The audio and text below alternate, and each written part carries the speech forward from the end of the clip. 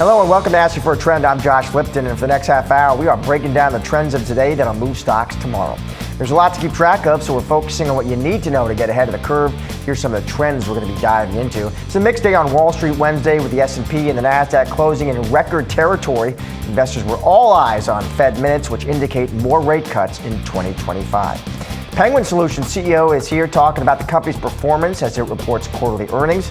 The economic picture is a mixed bag. And a teddy bear company is outpacing NVIDIA when it comes to stock growth. Shares more than doubled last year for Build-A-Bear Workshop, and they're up 66% year to date. We're speaking with the company's CEO on how it's thriving and staying resilient.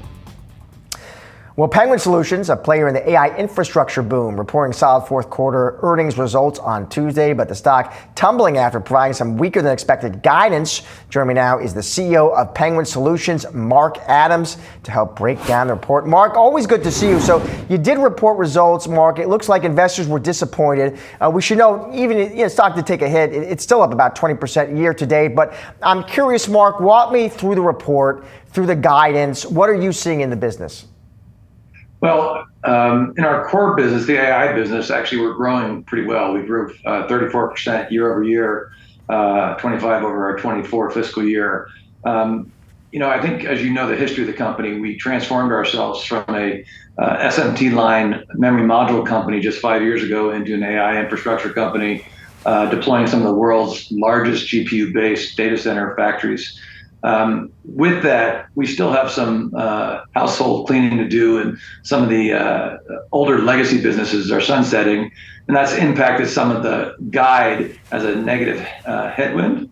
But the core business going very well, coming off of a year that we grew 17% top line, EPS up 53% for the year.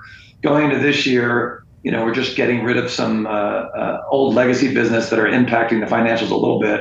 But the core business, as I said, the AI business up 34% year over year, and we expect similar growth in that business in 26. Your CFO, Mark, I believe talked about guidance reflecting more back-end loaded year. Walk me through that. What makes you confident that demand is going to kind of pick up? Well, when we think about the engagements and where we are in the enterprise adoption of AI versus large hyperscalers who've been at this for a few years, the enterprise adoption is actually starting to kick off well, and we've got some significant wins, and those wins translate into back half revenue, as do our pipeline, where we're getting more engaged with a number of different customers in the financial sector, oil and gas, education, and neo-cloud type customers. So the activity we have both in the pipeline and some recent wins give us some confidence that as we book those into our backlog and get product ordered, ready to ship and build, we see the back half of the year a little stronger than the first half. Last year in fiscal 25, again, we grew 17%, but it was actually the opposite dynamic. And this is all because we're more of a project-based company, more of an engagement model where we design, we build, we deploy and manage the process. And so it's a longer-term selling cycle, and these projects come at different times throughout the life cycle of engagement with the customer. What percentage of your business, Mark, is now directly AI related versus 6 months ago or 12 months ago? Well, I think if you look back, I got better data points over a longer term horizon, if you don't mind. But when I joined the company 5 years ago, it was about 80% memory, very little AI. I'd say about a year ago, the AI nature of our business was probably close to half, and now we're approaching 70% of our business is in AI. And again, this transformation we're going through, there are some puts and takes with older businesses that are being sunset or managing to the right level of support as we invest in the long-term success of the AI infrastructure business. When your customers invest in AI right now, Mark, I'm just curious whether priorities have changed at all for them. Are they just as excited? Are they taking a breather? I mean, what do you see and hear? Well, I would segment it into two buckets. The traditional hyperscaler investments, and those are the people that have been investing for the last few years, primarily in the training part of AI. They're continuing to invest very heavily. The enterprise kind of lagged the hyperscaler investment cycle as they were trying to really identify what AI can do for them commercially. What's the ROI? What's the benefit of AI? And that cycle's just starting to take off. And we've seen some recent success with companies really building out more on the generative AI inferencing type models that really help companies gain an advantage with AI versus just the training piece of the back end of AI, which is that large language model support. Just two different dynamics going in the market, and we're seeing the second one start to take off, at this time. Finally, Mark, when I think about your rivals, your competitors, I think, Dell, HPE. I'm just curious, how has the competitive landscape been shifting for you all at all? Well, that's a good question for us because we are more of a total services model with our customers. When you look at the traditional OEMs, they tend to be more in the systems and high unit, high velocity of selling hardware. For us, hardware is part of the equation, but we have a very significant piece of our business which is in recurring services, and that's what makes our gross margin so much higher than our competitors. And then at the same time, our projects tend to be a little bit lumpier, which is showing up in our guidance or outlook for the year. But the margins still stay well ahead of our competition, and we continue to innovate to provide that level of differentiation for our customers. Mark, always good to see you, to have you on the show. Thank you, sir. Thanks for having me. Stick around, much more As for Trends still to come.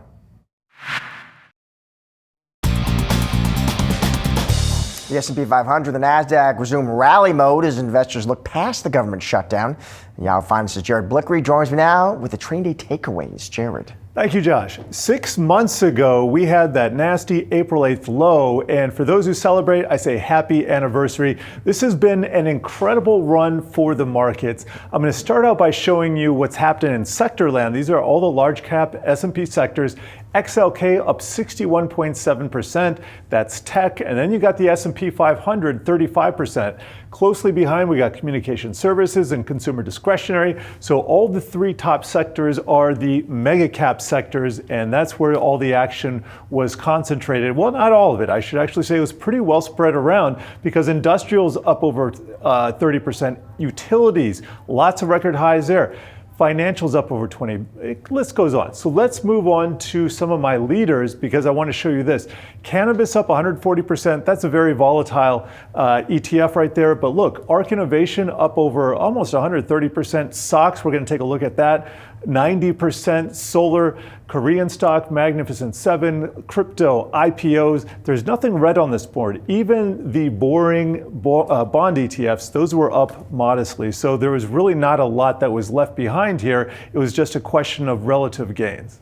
Now, after a run like that, there are some investors come on the show, some strategists, Chair, that say, you know what, it has been a run, and they're feeling a little cautious. They're feeling a little skeptical. They say maybe things are looking a little frothy. Yeah, frothy, overbought. That's a concept that we got into with Bob Lang today on a Stocks in Translation episode. That's going to drop Thursday morning at 8:30. And I just want to show you something here. This is, I mentioned the SOX before, that is a Philly chip index up 88% off of those lows. And let's get to that chart. There we go. So this goes back 126 days.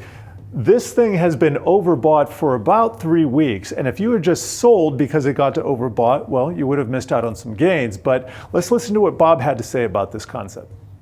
Overbought is simply just a condition. It's not a signal. So markets can be overbought for a long period of time. If you look at some stocks, look at Palantir for a while there, and even Google, when we're going to talk about later, for a whole month and a half, this stock was overbought, and you could have picked at any point and said, okay, that's enough, I got to get off, and you were wrong. It just kept going and going and going. All right, so that kind of covers the chips, but I should say a lot of other things in this market have been overbought for long periods of time. It's not a signal, it's just something to keep in the back of your head. Another day, another crypto headline update. Let's do it. It seems by this time of the day, we're usually doing something with crypto, and I'd hate to disappoint everybody today. So this is the board. You can see Bitcoin up 1% over the last 24 hours, just kind of looking broadly here. We got a lot of green, not outsized, not oversized, and Bitcoin is definitely not overbought right now. This is a 3-month chart, and you can see it's largely going sideways, but we happen to be at the upper end here. We just broke to nominal. That has just barely touched some new highs there. We came back to about 120, 121,000. I said that was where you wanted to see support, and now we are bouncing up. So if you take a look at the 5-day, things are looking pretty constructive here. Let me just put the 10-day so we can see, there we go, off of those lows. So all in all, Bitcoin looking like it wants to launch higher, but I don't see the breadth in terms of a lot of excitement. Sometimes you see some of the smaller ones like Doge or Solana or whatever kind of perk up first. We'll wait for that. We shall. Thank you, buddy. Appreciate it. Stick around. Much massiver trends still to come.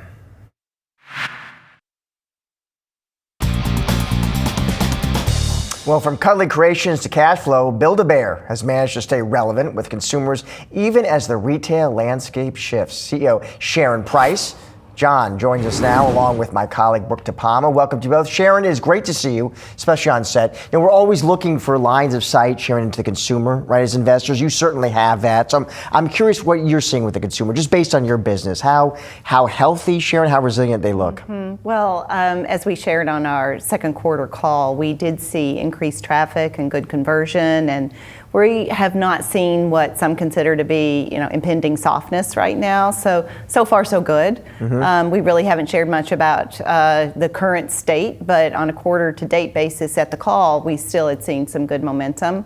And we just recently shared that our Halloween collection is the best-selling Halloween collection that we've ever launched. So people they're out and about. It's good, but I think some of it has to do with consumers wanting experiences as much as products now, and I think there's a return to comfort products, and there's a rise of the adulting business, and that's in the toy industry overall. Yeah. Yeah, and it's interesting to see that consumers are just so willing to pay for something that they think is worth paying for. I do want to hit on another headwind that is facing the industry overall, the toy industry, and that is tariffs. Now, Build-A-Bear is expecting about an $11 million hit from tariffs. You guys, it pulled forward inventory before April. Now you have to get in that inventory for the holidays and ongoing. So walk us through where that hit is happening, where you source from, and how you plan to mitigate that impact. Yeah, so thank you for noting that we did pull forward that inventory. We made some estimations that there probably would be some level of tariffs early in the year. So we were able to avoid most of the tariff impact in the first half. Now the big 145%, right? Yeah, there was 145, and then it went through a number of iterations, and we're at much lower rate now. We import most of our products from a combination of China and Vietnam, but both of those countries are impacted by the current tariff levels. And we believe that for the foreseeable future, that will remain the same. And in the back half, what we've done is as we've done over the years in all of our profitability challenges, is we really do know how to manage our balance sheets, extremely clean balance sheet. We maintain a lot of focus on the bottom line. And we do that by really having a scalpeled approach, not only to every link in the value chain, but also in price increases. People have often asked us, well, are you raising prices? And the key for us is to not raise them in a blanketed way. We really look at the individual products. Recall now 40% of our sales are to teens and adults, and so there's a lot more latitude on some of these collector items. And we're always focused too on the entry-level price points being extremely approachable, and we keep our pay your age day for our birthday teddy bear so that you can come in no matter what age you're turning and pay the age of the bear. If you're 6, you're going to turn 6. That's still a part of our offering because it's important to us for kids to be able to have their Build-A-Bears. Sharon, I do want to put on a bit of a different hat of yours. You also serve as the chairperson for the Toy Association. And heading into these holidays, I think there's lots of consumers out there who are nervous that maybe the product that they want won't be on the shelves. What are you hearing from the many toy makers that are part of that association, and how are you working with them to mitigate that risk? Right, that's a really great question. And the toy industry is very interesting in that the vast majority of the companies that are in the Toy Association are small to mid-sized companies. Okay. So that's very, very different from some like the big organizations that you almost immediately think of with the household name brands. And so they're managing this in different ways because the smaller companies are really cash flow companies. And when the tariffs came out early in the year of the 145%, not just in the toy industry, but that did seize up a lot of Chinese manufacturing. And then once the tariffs reduced to some degree, there was then an influx into the ports. So that was still a little bit of a challenge. And even in those circumstances, unlike Build-A-Bear, we're a vertical retailer, so we don't have a price that we've set with a wholesaler that's oftentimes pre-negotiated and maybe even in a contract, right? So the price that you're getting out of China, a lot of times the smaller companies can't afford to even get it out of the port, and then they're not going to cover that cost because that was a pre-negotiated price with the wholesaler. So it will likely squeeze some of the inventory, but when the tariffs did come down to a more manageable rate, but remember, this is a tight margin industry, so when I say manageable, it's still not great, but clearly it's better. That is going to likely impact how much product could just get through the system in time because everything was delayed. So I think that there'll be things out there and there'll be fun items, and I'm sure people will find what they want under the tree. But and I'm hopeful that it'll be exactly what every kid wants. You know, Sharon, it's interesting because Trump imposes these tariffs. Why? You know, because he wants more stuff made here. I'm just curious, broadly for the toy industry, how financially viable is that? How much more can be made here? Some companies have been able to shift some parts of their manufacturing into the United States. The challenge is not that you can't make things here exactly. I mean, the toy industry is everything from cut and stitch to plastic goods to electronics. So there are ways that you can do it. But the challenge is, just like with any company that wants to move manufacturing to the United States or anywhere, that requires a certain amount of horizon and certainty about how long is this, are the tariffs going to be in place and at what rate? Because it takes more than 1 year or 6 months to move manufacturing and train people and make that a viable concept. Now, interestingly, and people often don't think about this, Build-A-Bear, for the most part, we are importing component parts, right? I hate to say it this way. The heart, you got the nose, sound romantic. the paws. Well, no, it's just the whole skin. I hate to say that too, but the outside, I'll only say it on a show like this, but we do much of the labor in the United States at our stores. We're stuffing the bear, you're dressing the bear, all of that happens actually in the United States. So when we've done these calculations in the past, but up to 20% of what we do already happens in the United States, and it's just sort of a fun fact that people don't really think about. Sharon, I do want to take a step back because your stock performance has been pretty stellar. It's about up 30% year to date. That's only 10% behind the run that a company like NVIDIA has had.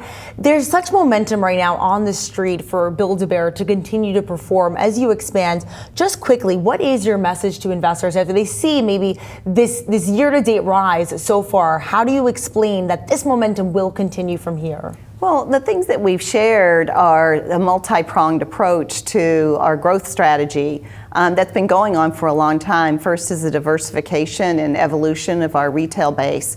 And when we started this journey over 10 years ago, it was mostly mall-based. Now we're in hospitality, cruise ships, hotels, tourist locations. We've expanded widely around the world. We raised our guidance in our last call from expected to 50 stores by the end of the year to 60 experienced locations.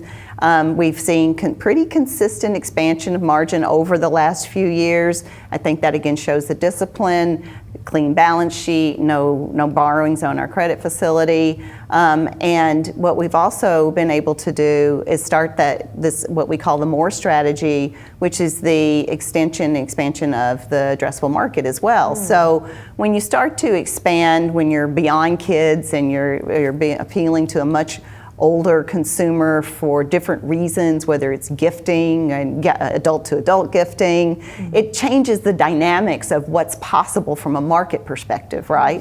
And I think that's very interesting. We've also noted that because of the power of the Build-A-Bear brand, it does not have to manifest in the make-your-own process. Right. So our e-com business has been quite robust, and we have a microsite called the Bear Cave, but we also can sell stuffed goods through wholesale and licensing, and it really starts to change the dynamics of what we can become. We're not as narrow, and I think that's the big insight. We have and by the way, big news, we have a flagship store that'll be in Orlando next year. Lots of levers.